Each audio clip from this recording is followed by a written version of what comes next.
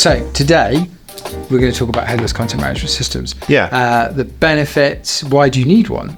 How can it be beneficial to you? Some performance, some considerations, some technical considerations, some security considerations. But first up, what is a headless content management system? So I suppose what most people are used to using and have used in the past is a more traditional CMS, which we'd sort of refer to as like a monolithic or a single system CMS. So you have your back end and you have your front end, and they're all basically within the same code base. The issue with that is if you want to bring in more sort of channels, more layers, it's quite difficult. You have to sort of build your own custom APIs or something. Whereas with a headless CMS, your back end is separate, it's its own thing, and then your presentation will be a different layer, different code base, different system. And then you can kind of do what you want. You're not sort of bound by any particular technology or anything. So your headless CMS can be one thing, your presentation can be another thing, your mobile app can be another thing. You're not sort of stuck in an ecosystem, and then you can use the best for whatever system you want. Best in class. And best for you as a customer. You're not bound by buying a single product set, and then it's like, well, I need this extra bit. Yeah. I have to buy that bit from that product set. I can go to some other vendor and I can buy another product. I'm not stuck in a single ecosystem. So for customers, it's great because you can kind of pick and choose what you want to do. Whereas, in another way, in another type of system, you can't, So examples, Episerver, I know we're naming a kind of a brand, has an e-commerce all built inside it. Yeah, it's all the one system. Yeah, and obviously if we want to update that, we've got to update everything. Yeah. It's not easy to pick it apart. Well, that's a good point about the updates. It's like if there's a change in the commerce side of things, you have to update your CMS. You have to update your front end. You have to update everything. Yeah. So there's going to be downtime, and there's going to be, there's more risk of causing problems across the board. Whereas if you've got a sort of microservice architecture, if you update one thing, you don't necessarily have to update the other thing, and you're not going to get that downtime. So in terms of front ends, kind of examples like Vue.js, React, Angular, a lot of these providers give you kind of a starter kit in order to build it out. Yeah, well, I suppose that's the point, right? You're not, because it's just an API, realistically, you can do it in whatever language, whatever whatever your developers are comfortable with, really, or whatever makes sense and delivers you the best sort of experience. Like, you can be raw.js, it could be in a JavaScript framework like React or Vue or Angular or whatever the newest one of the month is. Like, it's or like we've done lots of examples, you can do it in .NET, in .NET Core, or if you're a Java house or a Python house, or it doesn't matter. Like, you can do what you want. The beauty of kind of headless content management systems now, if you're an enterprise organization, if you like, it's whether it fits for you or not as well. So if you've just got a website and it's brochureware, just go use WordPress or something that's, some people object to WordPress because of it's open source and it's free. Some people like to feel that they're paying for stuff. But then you can use Umbraco. Again, I suppose that's open source, but a different language. But if you've got multi-channel requirements, so there's some clients in the past that they've got their website and they've got internal intranets, but they want to share content on the website and internal intranets. Signposting. So there's large corporate office buildings now that have got digital signposting, and all that is content driven. You mean like in shops now, they've got digital like prices and stuff? Yeah. There's technically that could be driven from a headless CMS at the end of the day. Like, somewhere in the shop, it talks to, your centralized pricing server that then drives your e-com site as well. And it all just talks back to it. And you're getting all that from that sort of single CMS. Yeah. You're not having to like build out something yourself. It's all just kind of there for you. What some people do with like a brochureware site, with a headless CMS, you can sort of pre-compile from your headless CMS a static HTML site. So your brochureware site again is really cut down. So again, for a lot of brochureware sites, they're not changing a lot. So like compiling the sort of HTML to sort of a static file is a good thing, and then it's really quick. You don't have to load anything or whatever like when they go on the site. Yeah. So then that brochureware site can be sort of much faster than it would be otherwise. I mean, in terms of development delivery, how does like the difference between monolithic or one massive system in our agile kind of mindset now, or agile delivery models, headless content management system. How can that help?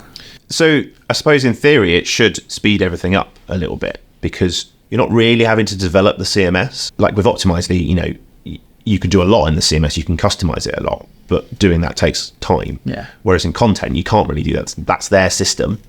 We don't really control it. We just sort of like tell it what the models are. Yeah. So like that side of things is much quicker.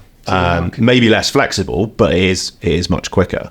Yeah. And then it's sort of going forward, where you're not sort of locked into a system. You can choose, when you're sort of working this agile approach, you kind of build out this bit, and then you build out that bit, and then you build out that bit, and it doesn't matter when you do all that, or when or how. Whereas with a bigger sort of monolithic system, you're kind of, actually I can't do it, and I can't deploy anything until I've done X, Y, Z. Yeah. You probably get to market quicker with a headless CMS. Yeah, you do proof of concepts quicker. Yeah. The marketing team can go then go and create a page. They can put on the fields that they want to create, visualizing, and then once it's there, published, we'll just put it down, put it on a page. Yeah. So they could do their bit, we could do our bit, we could get the kind of style guide done, so to speak, so that I can feel, and then just join it up. Because it's headless and because there's different things, it's easier to split the teams up and to do different things. Like, whereas if you're on a single system, you kind of need the people that understand that single system to be there. Whereas with a headless CMS, you can be like, well, these guys, work on this bit, these guys work on this bit, this bit, and it kind of, that would then speed it up, because you can have more people on your project at the same time. What challenges have we got when we're developing a headless content management system over a normal monolithic content management system? The challenges that, from a development perspective, that we had to think about in terms of sitemap routing, caching, all that sort of stuff that's kind of done it's almost taken for granted in content management system that we suddenly have to think about. Yeah, well, so you sort of if you compare our implementation with Optimizely to our implementations with content, with Optimizely, you go, I want to create a page, and it just works. Or Embraco, Embraco is even easy. You just go create a template, and it just does everything for you. It's all mapped up, everything like that's done. But with content, because it's separate, you do need to think about it. You do need to work out how you're going to handle that sort of thing. And content itself as well is a flat CMS. So what that is there's no sort of content tree like you might be used to in WordPress or Optimizing or whatever, where pages sit under pages. That's not natively in content in the sort of base offering. That's where that can be a challenge, because we had to sort of build that whole system and that kind of paradigm to sort of give editors that sort of things that they're used to. I suppose the advantage of it, though, is now that we've done that on our sort of previous implementations, it's not a problem anymore. It's a solved problem for us, MTM. We can just, we want a new content site, we spin it up, we've got all of that built in, we've got all the sitemap built in, we've got all of that. But getting to that point was difficult. We've had challenges, yeah. So, a lot of them around caching, a lot of them around content has limits on their API that mean that we need to, with high volume sites, like take England Hockey, during when they were getting their, the hockey season was coming to an end, they were getting tens of thousands of requests. If we didn't have any caching implementation or caching strategy, we'd be calling that content API, and we had 7 million, but if we didn't do any caching, we'd have 17 million. 70 million requests. And then as content limits that, if we didn't cache anything, we'd hammer that. So we've had to kind of come up with ways of storing that data that kind of prevents that, I suppose. And I suppose where that's a challenge for us is that in another system, again, like we said, you wouldn't have to worry about that. It would handle it. There's no request limits because you're hosting the CMS. It's your code, so you do what you want with it. Obviously, you still might want to do some caching strategies because you don't want your server being hammered in the same way as content don't want their servers being hammered. But there's a lot of stuff kind of built in, whereas with Headless, because it's a separate system, it's kind of on you to implement it. We sort of understand that now. We don't have to worry about that anymore. We can just do it. We can spin up a site and it's ready to go, type of thing. So when we first built the sitemap, we had challenges in terms of page routing, being able to look up efficiently. When a request comes in, a URL comes in, we need to be able to find that content. Yeah, and it wasn't something we'd actually initially anticipated was a problem. No. We sort of assumed it would be there. But going through that with, our sort of initial customers, we sort of built up that knowledge. We've become sort of experts in that field. And now we've built sort of core packages that then just allow us to sort of, overcome that immediately for our customer. If we were to build a new site now, these wouldn't be a problem. We'd just be able to do it. And it would all be built into the kind of the MTM's kind of core kind of code base that we'd sort of build up from. Yeah. I suppose it's constant change. No one thinks about everything all the time. And there's always new things that come about that you go, oh yeah, we didn't think of that. Yeah, I suppose changing it's relatively simple as well. Like, this thing where we're swapping out the sitemap, we can swap it out and then we can swap it out across all of our customers. Yeah. And it's not a huge deal to swap it. Like, it's a fair amount of work, but it's not crazy. It's done. Yeah. We were talking about, about Optimizely. In a moment, all of our customers are on version 11, which is in .NET Framework. If we want to go to .NET Core, it's not straightforward. It's relatively complicated to get them there, and it's a lot of work. It's weeks of work to sort of do that. If it was kind of our website that wasn't so tightly coupled to to their system, it's a lot simpler. Yeah, so that comes back to the monolithic microservice kind of thinking. Yeah. Is the back end and the front end are disconnected. So front end can be upgraded to whatever it wants. I suppose once you go down the headless content management system route, for instance, like Content AI, they manage everything on the back end. They do the upgrades, they do new features, and we can get access to those features and stuff like that. But when they do release features, obviously they don't break anything. Yeah, well, you get that straight away, right? Yeah. Whereas with another system like Optimizely or WordPress or Sitecore, you have to upgrade it, and then inevitably there'll be breaking changes within your code. Whereas with content, they're just managing all that, and you don't have to worry about it. Yeah, like you just get all the good stuff. I mean, in headless in general, there's headless content management, and then there's headless e-commerce as well. Yeah. So going through, if you've got a website that is built on a traditional content management system, there's no reason why you have to rebuild that whole website to build e-com into it. We're going through a project at the moment where we're using a headless e-com system, and then we're integrating it into a standard content management system. Yeah, so do Bloomreach even have an e-com offering? No. So like, you either have to completely switch your system or doing what we're doing, where it means they don't have to switch their CMS. They can keep that, separate, and then on top of it, there's a headless implementation for ecom. Yeah, that's kind of its own sort of. Which has been challenging. Yeah, for sure. But then for the customer, if they did want to change that CMS now, we've got all that ecom stuff. It's not going anywhere. Whereas if, say, Bloomreach did have an ecom system, we built them all in ecom within Bloomreach, and then they turned around and said, "Oh, we don't want Bloomreach anymore." Then all that work's useless, and we'd have to start again. Whereas with this, it's reusable. Yeah, I suppose it comes back to the microservice architecture again. It's like picking the best components in order to deliver. Plug and play architecture from the old PC world. Yeah. If you want to change your graphics card, you pull it out and you put a new one in. Yeah. Upgrade it. If you want to change your memory, you just pull it out, put a new memory in. In the old days of computers, you obviously had these pre-built Apple Acorn kind of computers. And actually... Gone back to that, I suppose. Well, yeah, with phones and MacBooks and stuff, like you can't. Yeah, I suppose we're going down laptop routes now that you just can't change. Yeah. But I suppose if you want to, the concept of a kind of a monolithic content management system and a microservice plug and play content system, then you look at the way the PCs were built in the old days. The Acorns, the Commodore 64s, you couldn't change them. Upgrading them was hard, and then the PC came along, and upgrading them was easy. Yeah, you just swap out whatever. Well, everything was soldered in to the boards, and now, and then everything wasn't. It was removable, and that's kind of that's a good analogy, really. Like, it's the same sort of thing. If you want to pull a bit out, you can. It's fine. It doesn't matter. It doesn't affect it. We've got one content management system, but we've got 10 websites running off the same content. England Hockey, for the example. Now, when we first built England Hockey, we also had GB Hockey.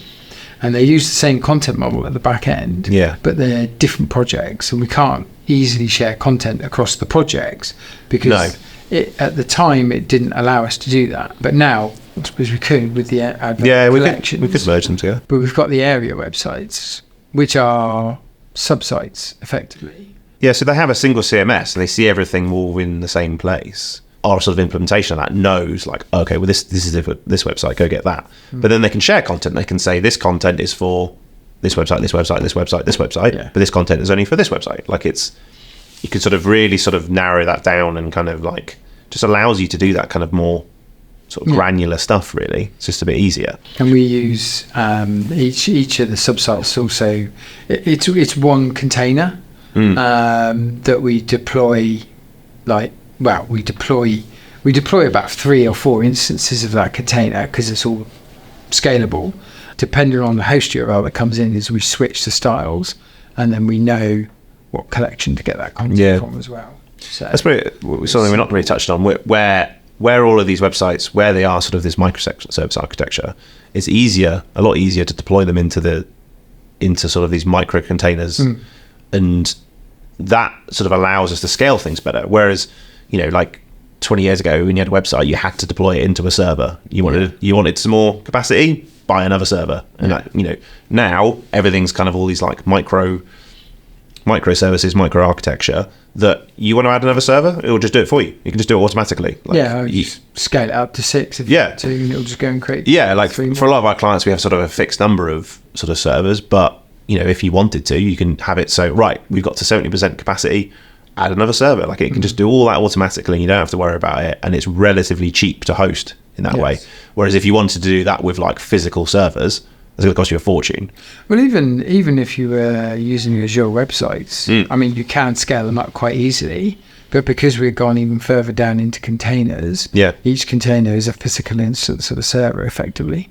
When England Hockey comes under load, it can just scale itself up based on like CPU usage and stuff like that. And because all the content is distributed cached, as in shared outside of the container, then you can have 10 containers running using the same cache instance. And because they are so small, like spinning up a new container, a new sort of server, it's really quick.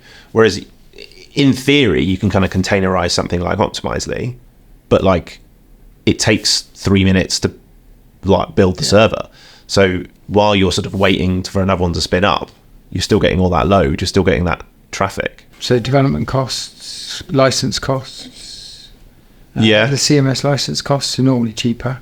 The hosting costs would be cheaper because you're only using what you need. Your the time to kind of like deploy new servers is faster. And then I suppose, like we've sort of mentioned before, but like because you've got this microservice architecture, you're only loading what you need. So just the page load speeds will probably be faster potentially than if you're having sort of a monolithic CMS, because you're only loading what you need. You're not.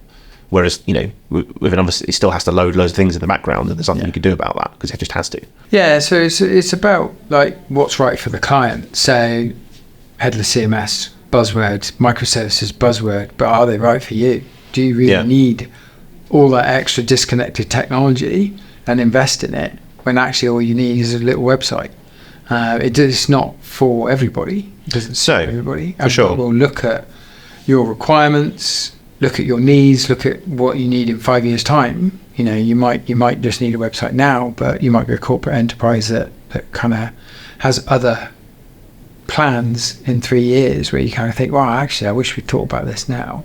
Yeah, for sure. Like, if you are, you're a tiny organization, it might not be right for you. But again, it might still be, like, depending on your implementation and how we want to do it. But like a big organization is something they really want to consider because it allows them to scale out. It allows them to do different things sort of going forward.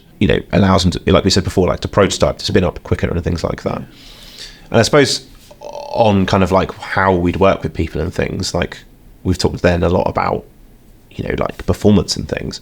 That's something that's really key to us with our customers, that when we've developed something, that's one of our kind of like key principles before we go live, is we're testing that performance, we're testing that load, we're testing that, those hosting costs, the sort of server utilizations and stuff. We know that when we deliver it to you to go live, that it's going to do, it's going to perform, it's going to do good, it's going to improve upon what you have now. That's why you'd want to change your website, really, isn't it?